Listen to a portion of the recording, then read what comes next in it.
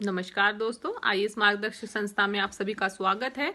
आज हम एक बार फिर से आपके सामने अपनी भारतीय अर्थव्यवस्था के नए अध्याय के साथ, पहले हमारे अर्थव्यवस्था का अध्याय रहा था भारतीय अर्थव्यवस्था के उत्पाद।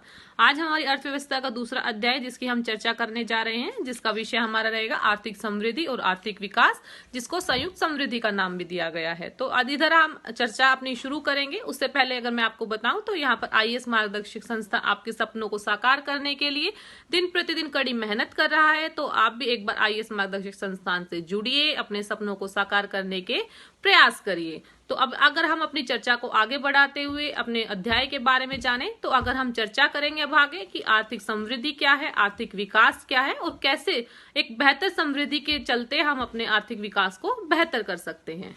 तो आइए अब हम अपनी चर्चा को शुरू करते हैं। तो यहाँ पर सबसे पहले आपको क्या देखना होगा कि समृद्धि और विकास क्या होता है। सब उस अध्याय शुरू करने से पहले मैं अगर आपको समृद्धि और विकास के बारे में बताऊं तो समृद्धि और विकास, समृद्धि हमारा क्या होता है कि किसी भी अर्थव्यवस्था में संसाधनों का आवंटन यानी कि संसाधनों का जो बंटवारा होता है, उसका जो मूल्यांकन होता है, उसकी सर्वाधिक मौलिक माप क्या होती है, जिसको हम आर्थिक समृद्धि बोलते हैं। तो अगर मैं आपको बताऊं तो आर्थिक समृद्धि को हम जैसे सभी राष्ट्र अपनी राष्ट्रीय आय, सकल घरेलू उत्पाद यानी कि हमारा जीडीपी, प्रति व्यक्ति आय जैसे आर्थिक समृद्धि के संकेतकों के मापने के लिए आंकड़ों का विश्लेषण किया जाता है। इसको हम अपना आर्थिक समृद्धि से रिलेट करते हैं यहाँ पर। तो आगे अगर हम देखते हैं तो आर्थिक समृद्धि मैंने आपको बताया, उसके बाद अगर हम देखें आर्थिक विकास हमारा क्या होता है, तो आर्थिक विकास हमारा समृद्धि से संबंध परिवर्तनों के साथ, जब हम अर्थव्यवस्था के गुणात्मक परिवर्तनों और मानवीय सरोकारों जैसे कारकों को शामिल करते हैं, तो वहां पर हम आर्थिक विकास को देखते हैं। तो आर्थिक समृद्धि जो हमारी होती है वो मात्रात्मक परिवर्तन के साथ होती है और आर्थिक विकास उसके विपरीत हमारा गुणात्मक परिवर्तन होता है। ठीक है, यहाँ पर ये आपको क्लियर हो जाना चाहिए। तो आर्थिक समृद्धि, हम अभी अपने अध्याय को शुरू करते हैं। हम भारतीय अर्थव्यवस्था की समृद्धि दर। अब आप समृद्धि दर देखते हैं कि धीमी हो रही है कि कथानक पर विचार करें। इस वाक्यांश का मूल आशय यह है कि अर्थव्यवस्था का उत्पाद बढ़ तो रहा है, परंतु पिछली तिमाही, छमाही, वार्षिक तुलना में जो भी वो धीमी गति से हो रहा है। यदि इसी संदर्भित अवधि में उत्पाद के नीचे गिरा है, तब इसे उत्पाद का सिकुड़ना कहते हैं। उत्पाद का सिकुड़ना, संकुचन यानी कि कंट्रैक्शन, यहाँ पर हम किस चीज को बोलते हैं कि जब किसी भी उत्पाद में कमी आती है। अगर हम देखते हैं तो पिछले वर्षों से अगर हम अपनी अर्थव्यवस्था का जो उत्पाद है उसको कम होता दिखाई देगा हमें, तो हम उसको बोलते हैं उत्पाद का सिकुड़ना। लगातार 2 तिमाही में यदि सिकुड़ने की गति बराबर रहे तो उसे घटाव या मंदी ही के नाम से जाना जाता है। तो हम घटाव या मंदी भी इसी को बोलते हैं जो हमारे उत्पाद का सिकुड़ना होता है। यानी कि किसी भी समय वर्ष में, किसी भी तिमाही में अगर हमारे उत्पाद में कमी आ रही है, तो हम उसको घटाव या मंदी के नाम से भी जानते हैं। तो लगातार मंदी की स्थिति को निराशा कहते हैं। अभी तक विश्व की अर्थव्यवस्था में 1929 से 33 के दौरान महान निराशा की अवधारणा का अनुभव किया गया है। ये हम आगे वैश्विक दृष्टिकोण जो हमारा अध्याय रहेगा उसमें चर्चा करेंगे। जैसे कि हम लोग बता चुके हैं कि किसी भी अर्थव्यवस्था में समृद्धि का महत्वपूर्ण स्थान होता है। जैसे मैंने आपको बताया कि समृद्धि क्या है हमारी, तो समृद्धि हमारे अर्थव्यवस्था में महत्वपूर्ण स्थान रखती है, जिससे हमें ये ज्ञात होता है कि हमारा उत्पादन किस स्टेज पर है, क्या हमें अर्थव्यवस्था के फायदे हो रहे हैं। बढ़ी हुई समृद्धि का आशय अर्थव्यवस्था में बड़े उत्पाद और बड़ी आय से होता है। तो अर्थव्यवस्था में जो समृद्धि होती है वो किससे हम रिलेट करते हैं उसको, जो हमारे उत्पाद बढ़ते हैं और जो हमारी उससे आय बढ़ती है। तो अर्थव्यवस्था में बड़ी आय और बड़े उत्पाद के जरिए हम समृद्धि का पता लगा सकते हैं कि समृद्धि हुई है या नहीं हुई है। अगर हमारी आय के उत्पाद जो है वो बढ़ते हैं और उनसे हमारी आय में वृद्धि होती है, तो हम समृद्धि बोलते हैं। अगर उसमें अर्थव्यवस्था के उत्पाद में कमी आती है, जिससे लगातार मंदी भी चलती है, तो उसे हम निराशा बोलते हैं। क्लियर? आय के उत्पाद के कारकों में वृद्धि होती है, इससे और भी अधिक आय के चक्र का निर्माण इस प्रकार दिखाई देता है। तो अगर मैं आपको देखते तो ये हमारे कुछ आय के उत्पाद दिए हैं, जिससे हम ये देख सकते हैं कि आय का चक्र हमारा किस प्रकार बनता है। तो यहाँ पर आप देखिए उत्पाद में वृद्धि, जिससे हमारी आय बढ़ती है। आय बढ़ने के साथ साथ हमारी क्रय क्षमता में वृद्धि होती है। उसके साथ अगर हम देखते तो उत्पाद और सेवाओं की मांग में वृद्धि होती है। अगर उत्पाद और मांग की सेवाओं में वृद्धि होगी तो हम सोचेंगे कि हमारा उत्पादन भी बढ़ना चाहिए, उससे हमारे हमारे उत्पादन में वृद्धि होगी, उसके बाद उत्पाद में वृद्धि होगी, उत्पाद में वृद्धि होगी तो आय में वृद्धि हमारी होती है, उससे हमारी बचत में वृद्धि होगी, निवेश में वृद्धि होगी। तो ऐसे हमारा जो सर्कल होता है, वो आय का चक्र वो एक तरीके से चलता रहता है। ठीक है? ये हमारे कुछ आय के उत्पाद यहाँ पर दिए हुए हैं, जिससे हमारा आय का सर्कल चलता रहता है। इस प्रकार अर्थव्यवस्था में इसके स्वास्थ्य का सूचक है। अगर अर्थव्यवस्था में समृद्धि को हम देखते तो हम स्वास्थ्य से रिलेट करते हैं कि अर्थव्यवस्था में समृद्धि हमारी बेटर रहती है तो हमारा स्वास्थ्य अच्छा रहेगा, और अगर हमारी समृद्धि अच्छी नहीं रहती तो हमारा स्वास्थ्य भी खराब माना जाता है। ठीक है? तो आगे देखिए, इससे रोजगार के अवसर पैदा होते हैं, आय में वृद्धि होती है और परिणाम स्वरूप पूरी अर्थव्यवस्था में संपूर्ण रूप में धन की वृद्धि होती है। इसी कारण से सभी अर्थव्यवस्थाओं का प्रयास रहता है कि उनके यहाँ संपूर्ण रूप से वृद्धि हो सके। भारत में आर्थिक सुधारों की शुरुआत के समय तक यह माना जाता था कि यहाँ की अर्थव्यवस्था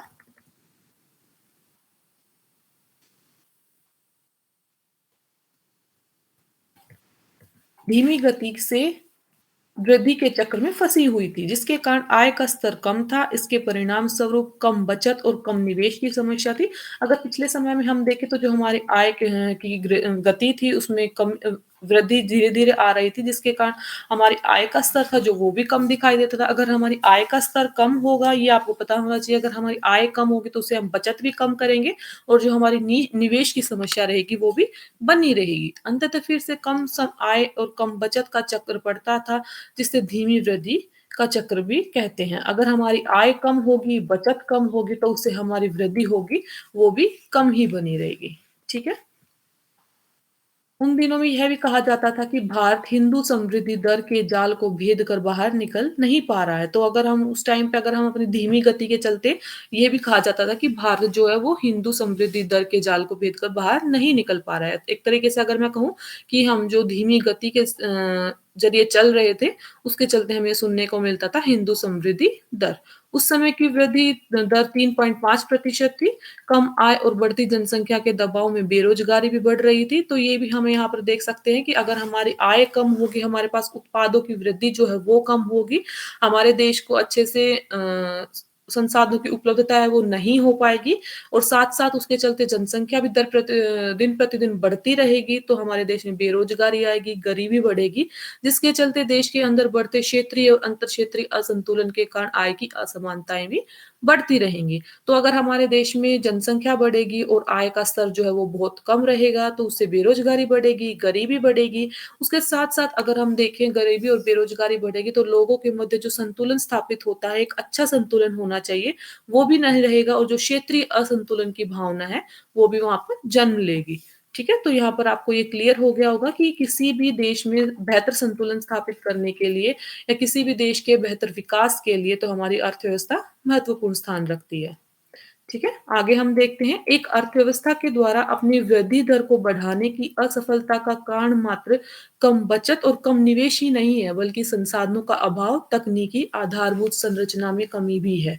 तो यहाँ पर क्या बोला जा रहा है कि किसी भी अर्थव्यवस्था में वृद्धि दर को अगर हम देखते हैं, तो वृद्धि दर को बढ़ाने का सिर्फ यही कारण नहीं है कि कम बचत या कम निवेश है।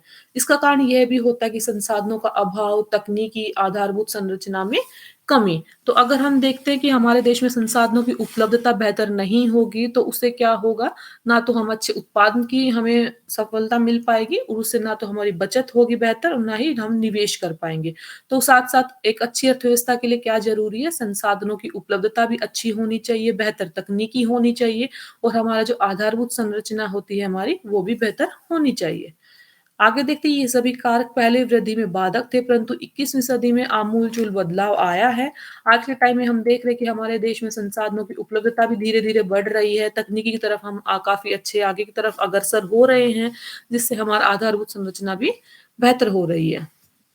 आगे देखते हैं, 21वीं सदी का प्रारंभ भारत के लिए अच्छा सिद्ध हुआ था, जहाँ समृद्धि दर ऊपर की ओर बढ़ रही थी और देश संभवतः पहली बार 2 अंकों की वृद्धि दर की ओर बढ़ रहा था। 1980 का संक्षिप्त समय इस कथन का अपवाद है। यद्यपि समृद्धि दर में वृद्धि हुई है, परंतु इसका परिलक्षित प्रभाव गरीबी, बेरोजगारी, अंतर्क्षेत्रीय आय संतुलन आदि पर नहीं होता दिखाई दे रहा है। अच्छी समृद्धि दर हासिल करने के बावजूद इच्छित परिणाम की प्राप्ति नहीं हो सकी थी।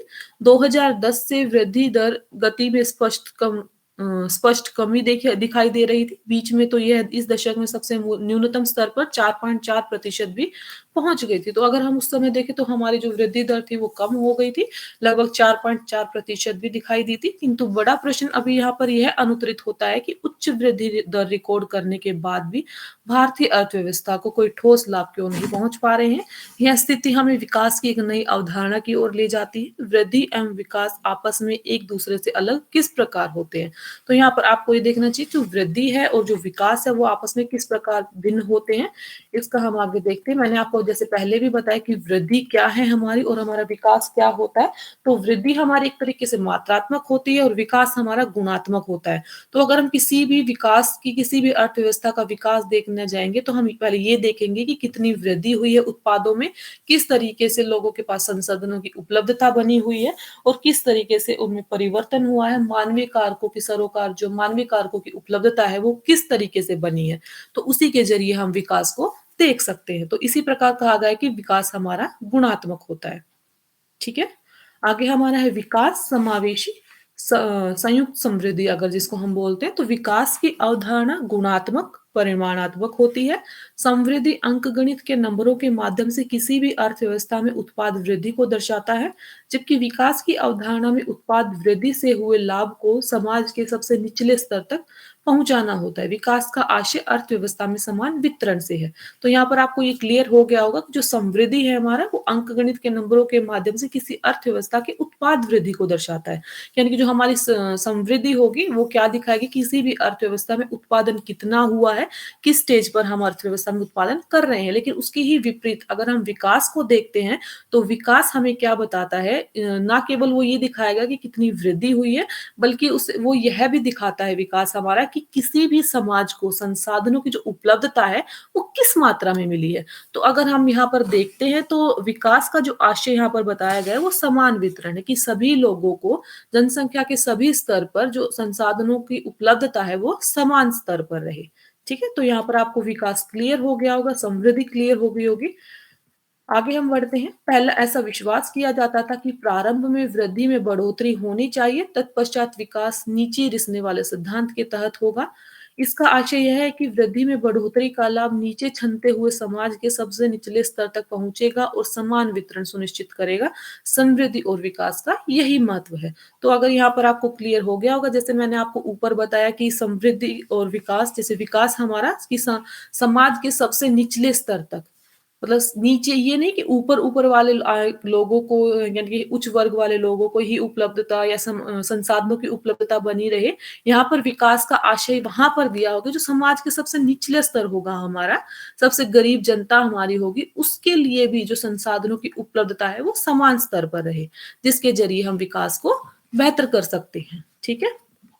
शुरुआती वर्षों में हमारी समस्या थी कि वृद्धि के से दर को बढ़ाने में हमारी अयोग्यता और इस बात पर जोर था कि वृद्धि को बढ़ाया जाए ताकि नीचे रिसने वाला सिद्धांत विकास का अपना काम कर सके और समाज के निचले स्तर तक समान वितरण हो सके परंतु भारत के संदर्भ में 1991 और 2005 में हुए आर्थिक सुधारों के बाद यह कहानी कुछ अलग बयां करती है। भारत न सिर्फ कम वृद्धि चक्र से बाहर निकला है बल्कि चीन के साथ आज सबसे तेज बढ़ने वाली अर्थव्यवस्थाओं में से भी एक है। तो अगर हम धीरे-धीरे देखते हैं तो 1991 से 2005 के साथ-साथ यहाँ पर बताया गया है, लेकिन हम भी अपने वर्तमान जीवन में भी अगर हम देख रहे हैं तो हमारा देश धीरे-धीरे आगे बढ़ रहा है, लोगों तक संसाधनों की उपलब्धता भी बेहतर हो रही है, उत्पादों की उपलब्धता है जो वो भी बेहतर हो रही है और लोग एक तरीके से अपना विकास करने में आगे आ रहे हैं और उसके साथ-साथ ही अगर हम देखें तो चीन के साथ भी हमारा देश अर्थव्यवस्था में बेहतर स्थान रखता हुआ नज़र आ रहा है। भारत में 2005 से ऊँची वृद्धि दर प्राप्त करते हुए भी उसका लाभ नीचे रिसने वाले सिद्धांत के आधार पर समाज के सबसे निचले स्तर पर नहीं पहुँच पाया है। तो ये चीज़ तो हमें पता है कि यहाँ पर क्या हो रखा है। आज के टाइम में हम देखते हैं कि उच्च वर्ग अधिक उच्च होता जा रहा है और जो एक तरीके से निम्न वर्ग है, वहाँ तक संसाधनों की उपलब्धता है, वो बेहतर नहीं हो पाती है। उसका रीज़न यही है कि जो उच्च पाए वर्ग के लोग हैं, वो ही अपना ही विकास करने में लगे रहते हैं। उनका मानना ये होता है कि पहले हमारा विकास हो, बाद में नीचे वाली जनसंख्या का हम देखते हैं। तो इसी का रीज़न यही है कि जो नीचे रिसने वाला सिद्धांत है वो अच्छा स्तर आज भी प्राप्त नहीं कर पाया है। ठीक है? इस सिद्धांत के बावजूद अत्यंत गरीबी का स्तर अप्रभावित रहा। बेरोज़गारी भी यथावत रही, क्षेत्रीय विषमताएँ भी जस-तस बनी रही। क्षेत्रीय विषमताएँ तो हमारी बनेंगी, जब तक ये नहीं होगा कि नीचे रिसने वाला सिद्धांत जो यहाँ पर बताया गया है, यानी कि जो संसाधनों का समान वितरण है, वो नीचे के स्तर पर बेहतर नहीं बन पाएगा। समान वितरण की जो हमारी भावना है, वो नहीं लोगों को तक पहुँच पाएगी, तो हमारी क्षेत्रीय विषमताएँ बनी ही रहेंगी। तो नीचे रिसने वाले सिद्धांत के भारत के परिप्रेक्ष्य में सफल ना होने के कई कारण हैं। सर्वप्रथम भारत की अर्थव्यवस्था में ढांचागत समस्या यह थी कि यहाँ की आर्थिक निर्भरता अत्यधिक रूप से कृषि क्षेत्र पर थी। तो यहाँ पर एक कारण ये बताया गया कि जो क्षेत्रीय विषमताएँ हैं, यानी कि नीचे रिसने वाला जो सिद्धांत है, वो सफल क्यों नहीं हो पाया है?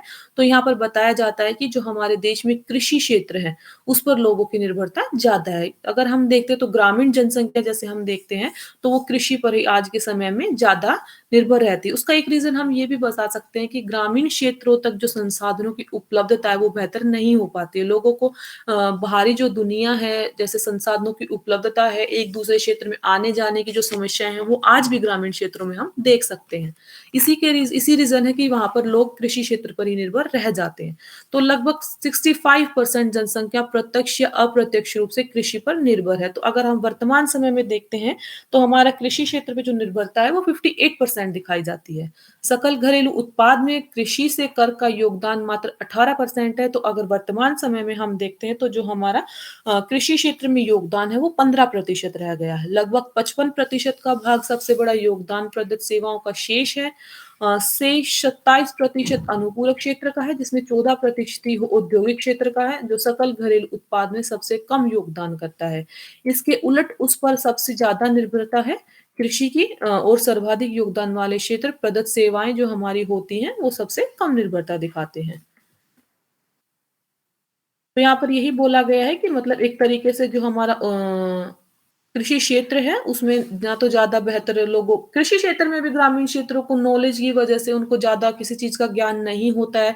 काफ़ी क्षेत्र ऐसे देखे जाते हैं जो सिर्फ़ अपने ही तक ही सीमित रह जाते हैं। यहाँ पर अपने तक सीमित रहने का मतलब ये कि वो सिर्फ़ अपने परिवार के लिए ही खाने कमाने का ही अ, उत्पादन करते हैं। उनको ये ज़्यादा ज्ञान ना होने की वजह से वो बाज़ार की क्षेत्रीय स्थितियों तक नहीं पहुँच पाते हैं कि उनको किस स्तर पर उत्पादन करना चाहिए और ताकि जिससे हम अपने उत्पाद को बाज़ार में पहुँच पाएँ और हम अपनी आय का एक साधन बना सकें। उसमें भी एक तरीके से हम जो ट्रांसपोर्ट है, हमारा ज्ञान की कमी है, अकुशलता हमारी जो होती है, उसको हम काउंट कर सकते हैं। तो इसी वजह से हमारी जीडीपी में वृद्धि भी नहीं होती है और हमारे विकास भी बेहतर नहीं हो पाता है। दूसरा कारण यहाँ पर बताया गया है कि भारत की समृद्धि प्रक्रिया में एक कड़ी गायब है और वह है देश में प्रदत्त सेवाओं का क्षेत्र। यानी कि जो देश में सेवाएँ जैसे मैंने आपको बताया जो देश में सेवाएँ होती हैं ग्रामीण क्षेत्रों में औद्योगिक क्षेत्र की तुलनात्मक रूप से पहले परिपक्व हो गया है। लेकिन अगर हम देखें तो अब आज भी ग्रामीण क्षेत्रों के जो लोग हैं वो हाई जो क हमारी अगर मैं कहूँ आपको उच्च स्तर की जो उनको सेवाएँ मिलनी चाहिए, वो आज भी नहीं मिल पाती हैं, जिसकी वजह से वो आज भी वृद्धि के क्षेत्र में पीछे रह जाते हैं। आदर्श परिस्थितियों में औद्योगिक क्षेत्र की परिपक्वता पहले आनी चाहिए थी या कम से कम प्रदत्त सेवाएँ क्षेत्र के बराबर अवधि में होना चाहिए था। तो यहाँ पर यही बोला गया कि जो औद्योगिक क्षेत्र की जो परिपक्वता है अगर हम देखते हैं तो जो आज के टाइम में जो लोग कृषि क्षेत्र में लगे हुए हैं, अगर उनको उनकी कुशलता को बढ़ाते हुए औद्योगिक क्षेत्र में उनको लाया जाए और वहाँ पर उनको ज्ञान दिया जाए, औद्योगिक क्षेत्र से रिलेटेड उनके ज्ञान में वृद्धि की जाए, तो वो सिर्फ़ सेवाओं के लिए ही नहीं, वो एक तरीके से विकास की तरफ भी बेहतर हो पाएँगे। ठीक है? यहाँ पर आपको ये क्लियर होना चाहिए कि विकास एक देश की अर्थव्यवस्था के लिए कितना महत्वपूर्ण है। यहाँ पर एक महत्वपूर्ण लक्षण है कि औद्योगिक क्षेत्र एवं कृषि क्षेत्र में एक झुकाव होता है, चाहे वह कच्चे माल के ज़रिए हो या औद्योगिक उत्पादनों के माध्यम से हो। साथ ही रोजगार अवसर की कड़ी भी जोड़ने का काम करती है। कुल मिलाकर इनसे अर्थव्यवस्था में दीर्घकालीन वृद्धि होती है। इस प्रकार हाल के वर्षों में बढ़ी हुई समृद्धि का लाभ प्रदत्त सेवा क्षेत्र को ज़्यादा मिला है और तुलनात्मक रूप से औद्योगिक क्षेत्र को काफ़ी कम और कृषि क्षेत्र को तो बिल्कुल ही नहीं मिला है। तो अगर हम यही देखते हैं तो हमारी जो समृद्धि होती है, यानी कि समृद्धि का कहने का मतलब हमारे जो उत्पादों में वृद्धि होती है, वो जो सेवा क्षेत्र को मिला है, लेकिन अगर हम देखते हैं तो कृषि क्षेत्र के मुकाबले वो औद्योगिक क्षेत्र को मिला है। उसका यही रीज़न है, तो कृषि क्षेत्र में जो ग्रामीण लोग हमारे लगे होते हैं, उनके पास संसाधनों की जो उपलब्धता है, वो बेहतर स्तर पर नहीं जा पाती है। तो इसी का रीज़न हमारे यहाँ पर देखते हैं हम, जहाँ पर हमारी जनसंख्या निवास अधिकांश जनसंख्या निवास करती है। भारत में प्रदत्त सेवा क्षेत्र के जल्दी परिपक्व होने का कारण बीपीओएस, केपीओएस में वृद्धि है, साथ ही बड़ी अर्थव्यवस्थाओं की एक आवश्यकता मूल्यवर्धित सेवाओं की है। अगर हम देखते तो हमारी अर्थव्यवस्था जो हमारी बढ़ रही है, उसका एक रीज़न क्या है, जो मूल्यवर्धित सेवाएँ हैं हमारी, वैल्यू एडेड जो सर्विसेज़ हमारी होती हैं और भारत में उपलब्ध सेवाओं का नौकरी का इच्छुक होने के कारण इन बड़ी कंपनियों ने देश में अपना आधार स्थापित कर लिया है कि अगर जैसे-जैसे हमारे देश में बड़ी कंपनियाँ आती रहेंगी, तो उससे हमारी अर्थव्यवस्था एक बेहतर मार्ग प्राप्त करती रहेगी। ठीक है? तो आगे हम देखते हैं कि इससे भी देश में प्रदत्त सेवा क्षेत्र को परिपक्व होने में सहायता मिली है। फिर भी एक प्रश्न यह उठता है कि भारत के कृषि क्षेत्र पर इतनी अधिक निर्भरता क्यों है? तो अगर हम देखें तो भारतीय कृषि क्षेत्र जो है हमारा, ये नहीं कि भारतीय कृषि क्षेत्र का स्तर है हमारे देश में बहुत कम है। लगभग 58% जो कृषि क्षेत्र है हमारा, वो आज भी हम अपने देश में देख सकते हैं। ठीक है? तो कृषि क्षेत्र पर भारतीय जनसंख्या की निर्भरता लगभग 58% देख सकते हैं, तो इसी के चलते हम देखते हैं कि कृषि क्षेत्र पर निर्भरता हमारे देश में आज भी बनी रहती है। तो भारत की बहुसंख्यक आबादी गाँव में निवास करती है, रोजगार के अवसरों का औद्योगिक क्षेत्र में अभाव, शिक्षा का अभाव, कुशल क्षेत्र में कमी, कृषि क्षेत्र आधारित क्षेत्र का कम विकास, परंपरागत सोच एवं अत्यंत दयनीय निरंतरता आदि कारण कुछ ऐसे हैं जिसके कारण से हमारे देश में जो सेवा क्षेत्र है, वो हमारे देश की जो जनसंख्या है वो कृषि क्षेत्र पर निर्भर रहती है। तो यहाँ पर आपको ये क्लियर हो गया होगा कि हमारे देश में कृषि क्षेत्र पर उपलब्धता ज़्यादा डिपेंडेंसी क्यों है? उसका मेन रीज़न सबसे बड़ा रीज़न तो हम यही देख सकते हैं कि रोज़गार के जो क्षेत्र हैं, वहाँ उनकी जो उपलब्धता है, उनका जो प्रसार है, वो गाँव के क्षेत्र तक, ग्रामीण क्षेत्र तक नहीं हो पाता है। ठीक है? तो जो औद्योगिक नीतियाँ हैं हमारी, उनका भी सही तरीके से ज्ञान, उनकी जो पहुँच होती है, वो ग्रामीण क्षेत्र तक नहीं हो पाती है। उसके साथ-साथ शिक्षा का अभाव भी हम देख सकते हैं ग्रामीण क्षेत्रों में, कुशलता में कमी, किसी भी टेक्नोलॉजी से रिलेटेड या कोई भी काम अगर उनको शुरू करना है, उनके बारे में बेहतर नॉलेज उनको नहीं हो पाती है, मशीनों का प्रयोग किस तरीके से करना है, वो उन सब चीज़ों का ज्ञान ग्रामीण क्षेत्रों में बहुत कम स्तर पर होता है। इसी की वजह से लोग कृषि क्षेत्र पर ही निर्भर रह जाते हैं। ठीक है? कुछ हद तक कृषि क्षेत्र पर अत्यधिक निर्भरता के पीछे कम सरकारी प्रयास भी जिम्मेदार रहते हैं। तो यानी कि सरकार भी एक तरीके से गाँव के क्षेत्रों की तरफ कम ध्यान देती है, जिसके चलते ही लोग आगे की तरफ नहीं बढ़ पाते हैं। जैसे सरकार गाँवों के इर्द-गिर्द मूलभूत कारगर संरचनात्मक ढाँचा तैयार कर सकती है और सड़क, रेल मार्ग को आपस में जोड़ सकती है। यानी कि अगर हम देखते हैं तो अगर सरकार ग्रामीण क्षेत्रों में प्रयास करे, तो उसमें क्या-क्या प्रयास सरकार कर सकती है? एक तरीके से जो संरचनात्मक ढाँचा तैयार कर सकती है कि लोगों को किस तरीके से बेहतर आवागमन की स्थिति प्रदान की जाए। जैसे सड़क ज़्यादा बेहतर मार्ग बनाकर रेल मार्ग, सड़क मार्ग को बेहतर कनेक्टिविटी उनमें बनाकर लोगों को गाँव से बाहर निकाल सकती है और उनके विकास की तरफ ध्यान दे सकती है। उद्देश्य यह होना चाहिए कि अखिल भारतीय सड़क और रेल यातायात सुगम हो। इससे एक तो आसानी से हर जगह तक पहुँचा जा सकेगा, साथ ही श्रमिकों की गतिशीलता भी बढ़ जाएगी। तो इससे क्या फ़ायदा होगा कि जो बेहतर अगर हम सड़क मार्ग या रेल मार्ग को आपस में जोड़ेंगे, तो उससे हमें क्या होगा कि जो यातायात की सुगमता है वो भी बेहतर होगी, लोगों को आने-जाने में सुगमता है या सफलता के बेहतर अवसर जो है वो भी मिल पाएँगे।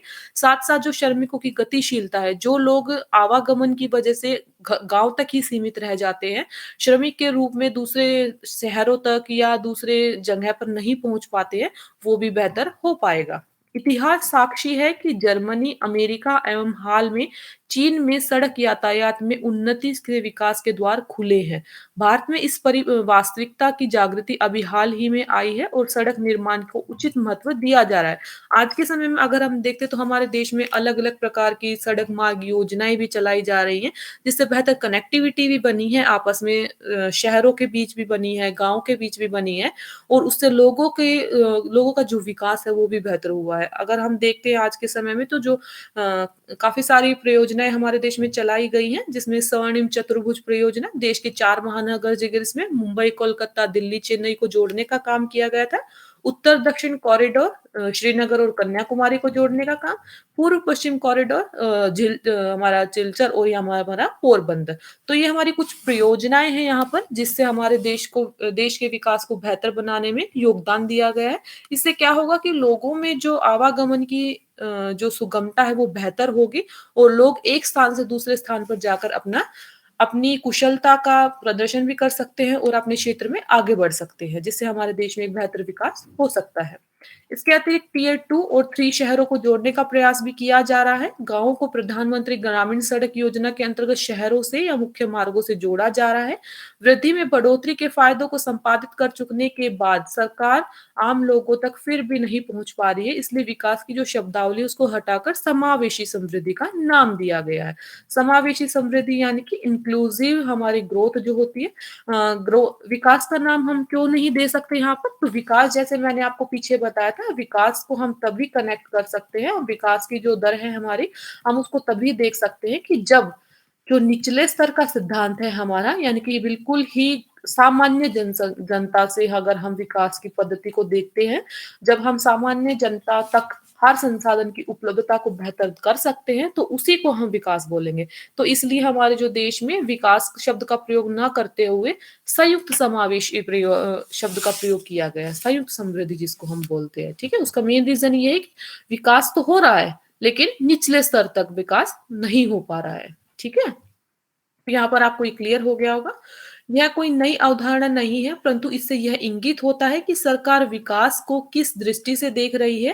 पहले विश्वास किया जाता था कि विकास के लिए वृद्धि एक आवश्यकता है। संयुक्त समृद्धि से परिवर्तित अभिप्राय से यह भावना प्रकट होती है कि किसी भी प्रकार की वृद्धि से होने वाला लाभ आम जनता तक पहुंचे, इसका आधार बड़ा हो या इस बढ़ोतरी में उन्मुखता आम लोगों की हो, न केवल विशिष्ट वर्ग की ओर हो। तो मतलब यहाँ पर जैसे मैंने आपको बताया, तो संयुक्त समृद्धि में हम क्या देख सकते हैं? संयुक्त समृद्धि जो हमारे देश की अर्थव्यवस्था को नाम दिया है, तो उसमें हम क्या देख सकते हैं कि किसी भी प्रकार की वृद्धि से जो हमारा लाभ होता है, आम जनता तक जो पहुँच होती है, उसका लाभ तो हो रहा है, वो आधार उसका बड़ा हो, उसकी बढ़ोतरी में उन्मुखता हो, तो लगभग अगर हम देखें तो यहाँ पर सिर्फ ये देखा जाता है कि किस जनता को लाभ हो रहा है और हमारा आधार उसका क्या है और किस तरीके से हमारे वृद्धि हो रही है। तो यहाँ पर ये नहीं देखा जाता संयुक्त समृद्धि में कि जो विकास का स्तर है वो कहाँ से स्टार्ट हो रहा है, ठीक है? तो आपको यहाँ ये क्लियर हो जाना चाहिए कि संयुक्त समृद्धि हमारा क्या है। इस प्रकार संयुक्त विकास में समृद्धि और विकास दोनों ही तत्व समाहित होते हैं, इनको अलग-अलग न देखकर वर्तमान सहित भविष्य में एक रूप में देखना चाहिए, ठीक है? उस एक रूप में देखने का रीज़न यही है कि विकास का जो स्तर है हमारा, वो निचले स्तर तक नहीं शुरू हो पाता है। यह संयुक्तता से आशय है ऊँची समृद्धि से प्राप्त लाभ का ज़्यादा से ज़्यादा न्यायसंगत वितरण से है, परंतु न्यायसंगत वितरण एक अर्थव्यवस्था में अंकगणितीय आधार पर समान वितरण नहीं है। तो अगर हम देखते हैं यहाँ पर जो वितरण होता है हमारी अर्थव्यवस्था में, अगर हम वितरण की दर देखते हैं, संसाधनों की उपलब्धता देखते हैं, वो अंकगणितीय स्तर पर समान नहीं होती है। इसी वजह से तो हम अपने देश में जो समृद्धि को ही ज़्यादा ध्यान में रखते हैं, विकास को हम कनेक्ट नहीं करते हैं। तो ठीक है, इस चीज़ को आपको क्लियर हो जाना चाहिए कि विकास का जो स्तर होगा वो निचले स्तर पर जब समान स्तर पर हो जाएगा, तो हम एक तरीके से विकास की दर ऊँची बोल सकते हैं। तो यहाँ पर इसीलिए ऊँची समृद्धि बोला जाता है कि जो अंकगणितीय आधार है वो समान वितरण पर नहीं है। ठीक है? तो यहाँ पर ये आपको क्लियर हुआ होगा। आगे हम बढ़ते हैं। यह सिर्फ सैद्धांतिक रूप से संभव है। न्यायसंगत वितरण से आशय ईमानदार और न्याययुक्त वितरण को आम जनता, विशेषकर गरीबों के लिए सुनिश्चित करना है। इसके अंतर्गत धनी लोग और भी धनी हो जाएँ, ऐसा नहीं होना चाहिए, बल्कि निर्धन की भी आय और कल्याण में कुछ बढ़ोतरी हो। यद्यपि इसमें धनी उच्च वर्ग और निर्धन की बढ़ोतरी भले ही उचित अनुपात में नहीं हो पाए। तो यहाँ पर क्या होना चाहिए, ये नहीं हमारा उद्देश्य होना चाहिए कि धनी वर्ग और धनी हो जाए और गरीब जो वर्ग है वो और गरीब होना चाहिए हो जाए, बल्कि हमारा उद्देश्य यहाँ पर क्या होना चाहिए, हम ये नहीं कह रहे कि धनी वर्ग को लाभ ही ना हो। धनी वर्ग तो धनी हो, लेकिन जो निर्धन वर्ग है उसके पास भी संसाधनों की उपलब्धता बेहतर होनी चाहिए। ठीक है, उनके कल्याण के लिए भी कदम उठाए जाने चाहिए ताकि उनको भी विकास की ओर बढ़ाया जाए। ठीक है। अगर अर्थव्यवस्था में दोनों ही उपभाग धनी और निर्धन वृद्धि की एक दिशा में बढ़ रहे हैं, उनके जीवन यापन के साधन उपलब्ध है, उनकी जीवन शैली आर्थिक रूप से बेहतर है और उनकी मूलभूत आवश्यकताएं पूरी हो रही हैं, तब न्याय संगत वितरण का जो उद्देश्य पूरा होता माना जाएगा। यहाँ पर न्याय संगत वितरण से क्या आप कनेक्ट कर सकते हैं? न्याय संगत वितरण के जरिए क्या देख सकते हैं आप कि जो अर्थव्यवस्था के दोनों भाग है हमारे, अर्थव्यवस्था में हम दो उपभाग देखते हैं, एक धनी वर्ग को हम देखते हैं, एक निर्धन वर्ग को देखते हैं। तो उस न्याय संगत वितरण हम तभी मानेंगे कि जब सिर्फ ना केवल धनी वर्ग को ही संसाधनों की उपलब्धता हो, बल्कि साथ-साथ जो निर्धन वर्ग है, उनको भी बेहतर संसाधन मिल पाए और जो उनकी जीवन शैली है, वो आर्थिक रूप से बेहतर हो जाए और जो उनके पास संसाधनों की उपलब्धता है, वो भी उनको अच्छे तरीके से मिले ताकि वो अपने विकास को बेहतर कर पाए। तभी हम न्याय संगत वितरण का उद्देश्य पूरा मान सकते हैं। ठीक है? इसके विपरीत असमान वितरण का आशय यह होगा कि धनी लोग और भी धनाढ्य हो जाएंगे जबकि निर्धन अपनी जगह पर गरीब ही रहेंगे। तो इससे स्थिति जो है वो खराब होती जाएगी। ठीक है, तो इससे हमारे देश का सिर्फ ऐसा नहीं कि विकास ही नहीं होगा, तो जो हमारे देश की जो स्थिति है, हमारी जो इसकी जो समृद्धि है वो भी बेहतर नहीं हो पाएगी। तो यहाँ पर विकास का मार्ग ना देखते हुए जो हमारे संयुक्त समृद्धि का जो उद्देश्य है इधर, वो भी पूरा नहीं हो पाएगा। हम देख चुके हैं कि संयुक्त समृद्धि आम जनता की ओर उन्मुख है। तब यह जानना है कि संयुक्त समृद्धि से क्या-क्या मिलना चाहिए अथवा कब कहा जा सकता है कि संयुक्त समृद्धि अब समृद्धि जो है अब संयुक्त हो गई है, इसके परिणाम आने शुरू हो गए हैं। तो संयुक्त समृद्धि हम कब देख सकते हैं कि देश में संयुक्त समृद्धि हो रही है, आम जनता उसकी तरफ बढ़ रही है। तो इसके कुछ पॉइंट्स दिए हुए हैं, कुछ दशाएँ ऐसी दी हुई हैं जिससे हम ये देख सकते हैं कि संयुक्त समृद्धि की दर जो है वो हम प्राप्त कर रहे हैं या नहीं। तो प्रारंभिक स्तर पर अगर हम देखें तो आम जन के लिए रोजगार के अवसर, जीवन यापन की सुविधाएं में बढ़ोतरी, उनके कल्याण में बढ़ोतरी। अगर हम देखते तो जो आम जनता है, यहाँ पर भी निचला स्तर नहीं लिया गया, यहाँ पर भी सिर्फ आम जनता के लिए ही ये देखा गया है। इसीलिए तो हम समृद्धि को देखते हैं कि आम स्तर पर जो रोजगार के अवसर हैं, जीवन यापन की जो सुविधाएं हैं, उनमें बढ़ोतरी हो रही है, क्या उनके कल्याण के लिए योजनाएं बनाई जा रही हैं।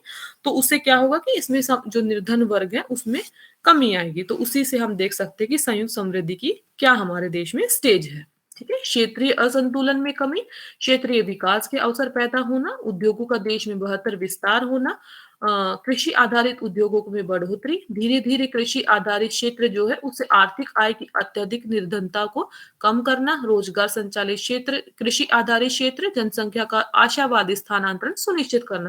तो यहाँ पर ऐसा कोई भी पॉइंट नहीं जो मैंने आपको पहले क्लियर ना किया हो। अगर हम धीरे-धीरे हम देखते हैं तो क्षेत्रीय असंतुलन में कमी, यानी क्षेत्रीय असंतुलन में कमी कब आएगी? जब लोगों के मध्य बेहतर कनेक्टिविटी बनेगी। ऐसा नहीं होगा कि उच्च वर्ग बने और निधन वर्ग में और कमी आए, तो उससे हमारी असंतुलनता में कमी नहीं आएगी बल्कि क्षेत्रीय असंतुलन हमारा बढ़ेगा। तो लोगों के लिए बेहतर या समान वितरण, समान स्तर पर जो संसाधनों की उपलब्धता है वो तब होगी। तो उसी के चलते जो हमारा क्षेत्रीय संतुलन है वो भी बना रहेगा। ठीक है? व्यवसाय परक रोजगार में वृद्धि, बढ़ईगिरी, car, mechanic, scooter, TV, mobile, बागवानी आदि जैसे भी ये व्यवसाय होते हैं, इनके रोजगार में जैसे वृद्धि की जाएगी, तो उससे भी हमारी आर्थिक समृद्धि की दर जो है वो बेहतर मानी जाएगी। ठीक है? संयुक्त समृद्धि की एक और आवश्यकता है कि केंद्र व राज्य सरकारें अपनी सोच समझ में बदलाव लाएं और साथ ही मिलकर एक ऐसा योग्य बनाने वाला वातावरण पैदा करें जिससे उपरोक्त सुविधाएं जो हैं समाज में उपलब्ध हो सके। हाँ, तो यहाँ पर ये ध्यान देने की बात ये है कि इधर ना सिर्फ केंद्र के चलते बल्कि वहाँ पर राज्य सरकार, ना केवल केंद्र सरकार अकेले कर सकती है ऐसा, ना केवल राज्य सरकार ऐसा कर सकती है, बल्कि यहाँ पर दोनों को जब समान रूप से अगर हम देखते कार्य करते हुए देखेंगे या दोनों समान रूप से मिलकर कार्य करेंगी, मिलकर एक देश के लिए योजनाएं बनाएंगी, तभी ऐसा हो पाना संभव है। ठीक है, दोनों में समान रूप से कनेक्टिविटी होनी चाहिए, दोनों के विचार आपस में मिलने चाहिए, उसी के चलते हम संयुक्त समृद्धि की दर जो है वो पा सकते हैं। आगे हम बढ़ते हैं। इस प्रकार के वातावरण निम्न आवश्यकताओं का पूरा होना आवश्यक है। पूरे देश में रेल सड़क का जाल बिछाना ताकि हर स्थान के लिए सुगम यातायात के साधन उपलब्ध हो सके और यात्रियों और माल की ढुलाई तेजी से हो सके। तो यहाँ पर क्या बताया जा रहा है कि देश में वातावरण निर्माण, कि हम अपने देश में जो वातावरण निर्माण है, वातावरण निर्माण से रिलेटेड हम रोजगार के क्षेत्र में भी देख सकते हैं, लोगों के लिए सुविधाएँ जो हैं, सेवाएँ जो हैं, उनको किस तरीके से बेहतर बना सकते हैं। तो यहाँ पर उनसे रिलेटेड कुछ बातें बताई गई। पहले जैसे मैंने आपको बताया कि रेल सड़क का जाल बिछाना ताकि हर स्थान के लिए सुगमता, यातायात की जो उपलब्धता है वो बेहतर हो सके और यात्री ना सिर्फ यात्रियों के लिए बल्कि वो चीज़ क्या हो जो सेवाओं का आदान-प्रदान होता है, उत्पादन जो हमारा होता है उत्पादों का, उत्पादों को भी एक स्थान से दूसरे स्थान पर ले जाने के लिए बेहतर होना चाहिए, ठीक है? नेक्स्ट पॉइंट है हमारा जन सेवाओं की सबके लिए उपलब्धि जैसे प्राथमिक चिकित्सा सुविधा, शिक्षा सुलभता, जन उपयोगी सुविधाएं जैसे बिजली, पानी, स्वच्छता, जन केंद्र, सामाजिक उपयोग वाली सुविधाएं जैसे हैं सामुदायिक केंद्र आदि हैं। तो जो ये उपलब्धि यहाँ पर हमारी बताएं जन सेवकों के लिए यानी कि जनता के लिए जो उपलब्धि है हमारी प्राथमिक क्षेत्र से, द्वितीय क्षेत्र से या हमारे धीरे रोजगार के क्षेत्र में सामाजिक उपयोग में आने वाली जो सुविधाएं हैं उन सब की एक तरीके से बेहतर उपलब्धि यहाँ पर होनी चाहिए। कौशल विकास के लिए औद्योगिक प्रशिक्षण संस्थानों को पुनः स्फूर्तिमान बनाना। नेक्स्ट है हमारा निजी क्षेत्र द्वारा पूंजी निवेश के लिए उदार नीतिगत परिवर्तन करना यानी कि निजी क्षेत्र जो हमारा होता है उसमें पूंजी को कैसे बढ़ावा दिया जा सकता है उनके लिए क्या क्या परिवर्तन किए जा सकते हैं। एग्जाम्पल बेस पे अगर हम देखते हैं तो टाटा कंपनी को नैनो गाड़ी बनाने के लिए गुजरात जाना, ठीक है। सीधे रोजगार पहुंचाने के अवसर के लिए केंद्र बिंदु बनाना। भारत सरकार ने इस दिशा में काम करते हुए महात्मा गांधी राष्ट्रीय ग्रामीण रोजगार गारंटी स्कीम बना थी यानी कि मनरेगा।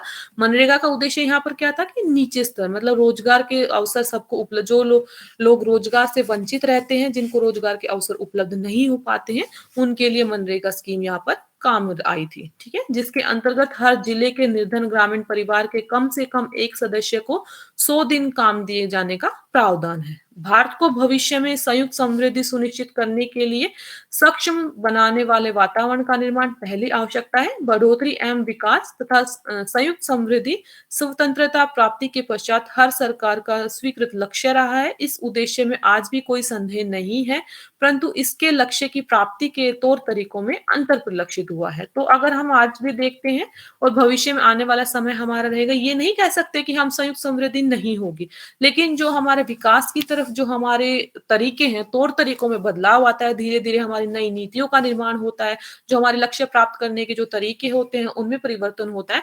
अगर हम एक ही स्टेज पर या एक ही तरीके को अपनाए रखते हैं, तो उससे हमारी जो समृद्धि होती है, वो भी बेहतर नहीं हो पाती है और साथ-साथ हमारा जो विकास होता है, वो भी बेहतर नहीं हो पाएगा। तो समय दर समय हमें अपने आवश्यकताओं के अकॉर्डिंग हमें अपने तौर तरीकों में, अपनी नीतियों में परिवर्तन करना चाहिए, जिसी के चलते हम लक्ष्य की प्राप्ति बेहतर कर सकते हैं, ठीक है। पूर्व की सरकारों ने वृद्धि दर को बढ़ाने और न्याय संगत वितरण दोनों की जिम्मेदारी खुद पर ले रखी थी। इस कारण उपलब्ध संसाधन दोनों क्षेत्रों में बंट गए और सारा प्रयास कमजोर पड़ गया। इससे न तो वांछित समृद्धि प्राप्त हो सकी और न ही न्याय संगत वितरण निश्चित किया जा सका।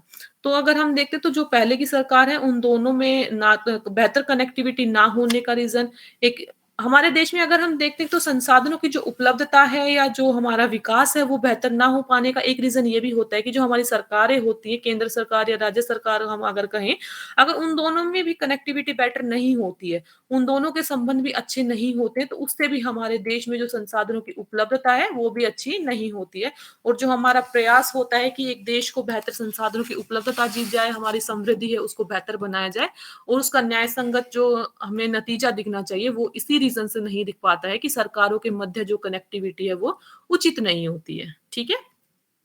यहाँ पर ये आपको क्लियर हो जाना चाहिए। 1991 में किए गए आर्थिक सुधारों में महत्वपूर्ण बदलाव यह लाया गया है कि निजी क्षेत्र को निवेश और समृद्धि की बड़ी भूमिका अदा करने का प्रावधान किया गया है। सरकार ने अपनी भूमिका कल्याणकारी कार्यक्रमों और सक्षम बनाने वाले वातावरण के निर्माण तक सीमित कर दी ताकि अर्थव्यवस्था में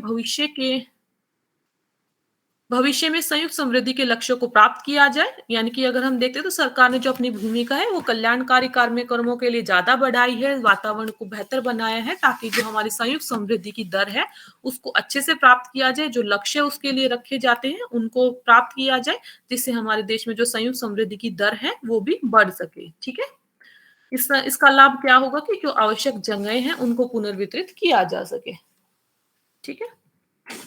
अब आगे हम देखते हैं संयुक्त समृद्धि कोई नई विचारधारा नहीं है, बल्कि पहले कही जाने वाली वृद्धि, विकास और न्याय संगत वितरण का सम्मिलित रूप है। तो संयुक्त समृद्धि अगर आपको देखते हैं तो कोई ऐसी नई विचारधारा नहीं है कि नई कोई डेफिनेशन उसके लिए बनाई जाए। संयुक्त समृद्धि को हम यहाँ पर यही देख सकते हैं कि जो हमारी पहले वृद्धि कही जाती थी, वहाँ पर विकास का जो निचला स्तर था उसको प्राप्त ना करते हुए, तो वहाँ पर यह क्या किया गया कि विकास हो रहा है, तो निचले स्तर से नहीं हो रहा है, तो उसमें क्या किया कि वृद्धि को न्याय संगत वितरण के साथ ऐड कर दिया, जिसका रूप हमें संयुक्त समृद्धि के रूप में जाना गया। ठीक है, यह विशिष्ट रूप और अवधारणा स्वयं में अकेली है जो भारत ने अपने लिए अपनाई है।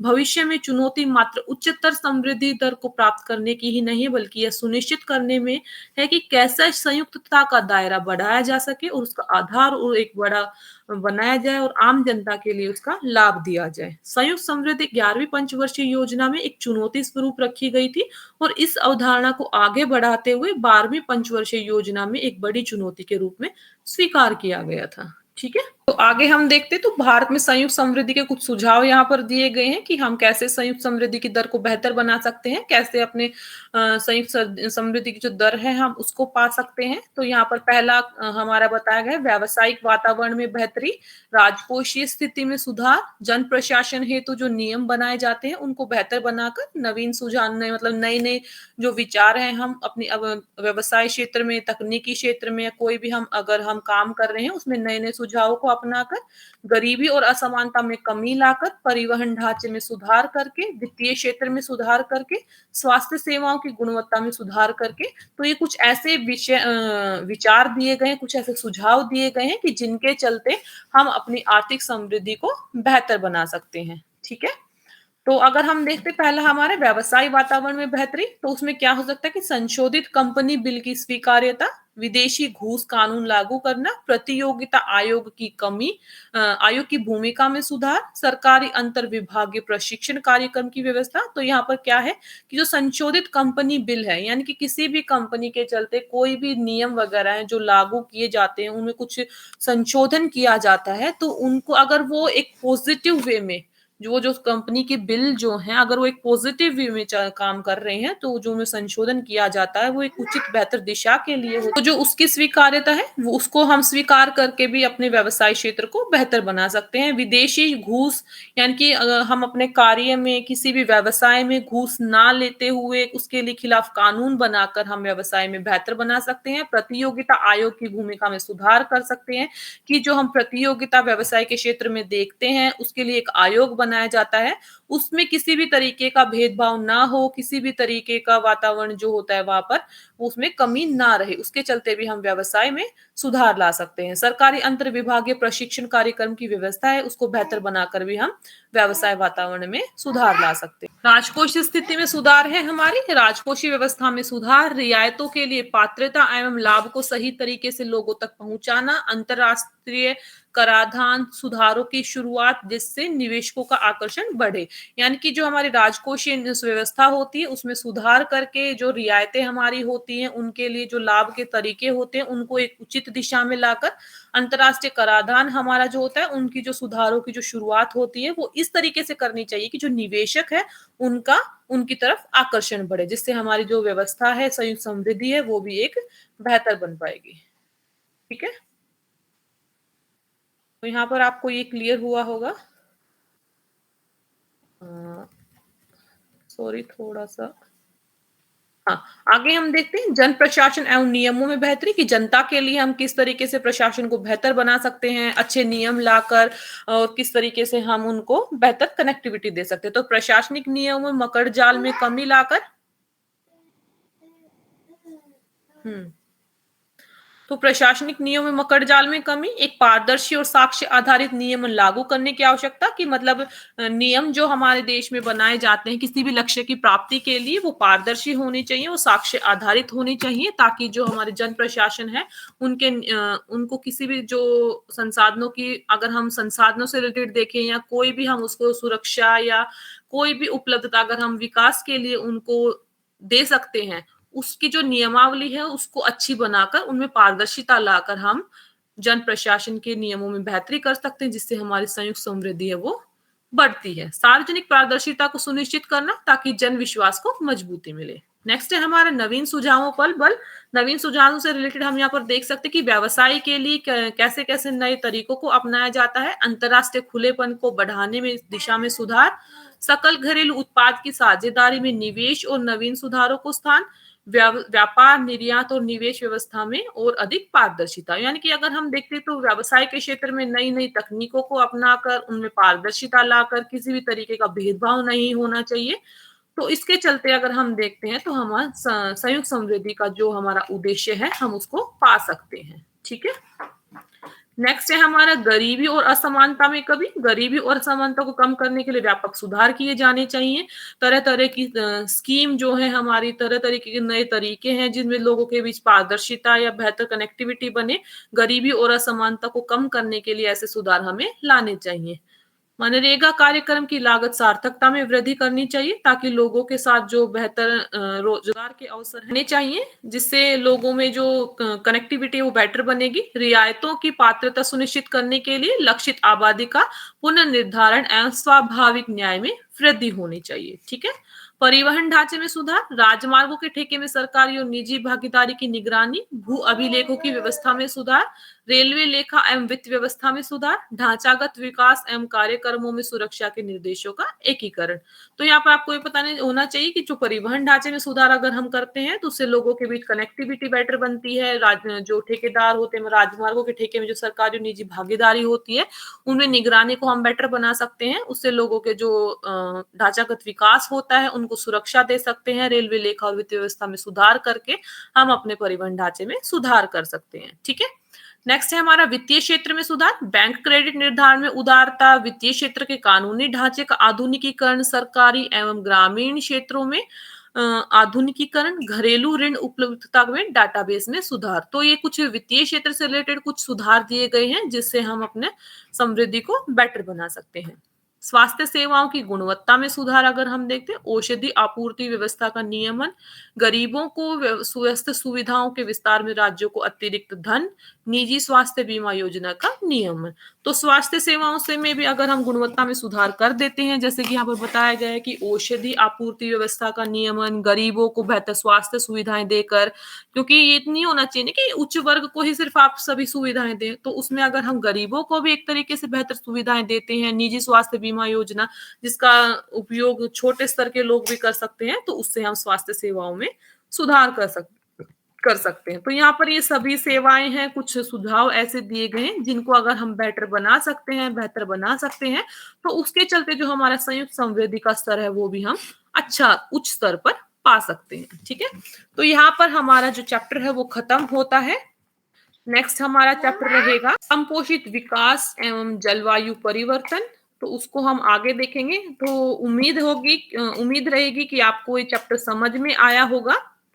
किसी भी तरीके की कोई भी कमी अगर आपको लगती है, कुछ ऐसा है आपको समझ ना आया हो, तो उसको हम कमेंट बॉक्स के जरिए समझने की कोशिश करेंगे। ठीक है, तो अब हम यहाँ पर अपने क्लास को खत्म करेंगे। थोड़ी बहुत अगर कुछ नेटवर्क इशू हुआ होगा तो उसको आप थोड़ा सा प्लीज कोऑपरेट करिए। उसका मेन रीजन ये है कि अब मौसम के चलते थोड़ी सी दिक्कत, नेटवर्क इशू हो सकता है, लेकिन उम्मीद रहेगी कि आपको सब समझ आया होगा और हम अपनी ऐसी ही कनेक्टिविटी बनाए रखेंगे। नए नए चैप्टर्स का नई नई क्लासेस हम लेके आएंगे जिससे आपको सब समझ आता रहेगा।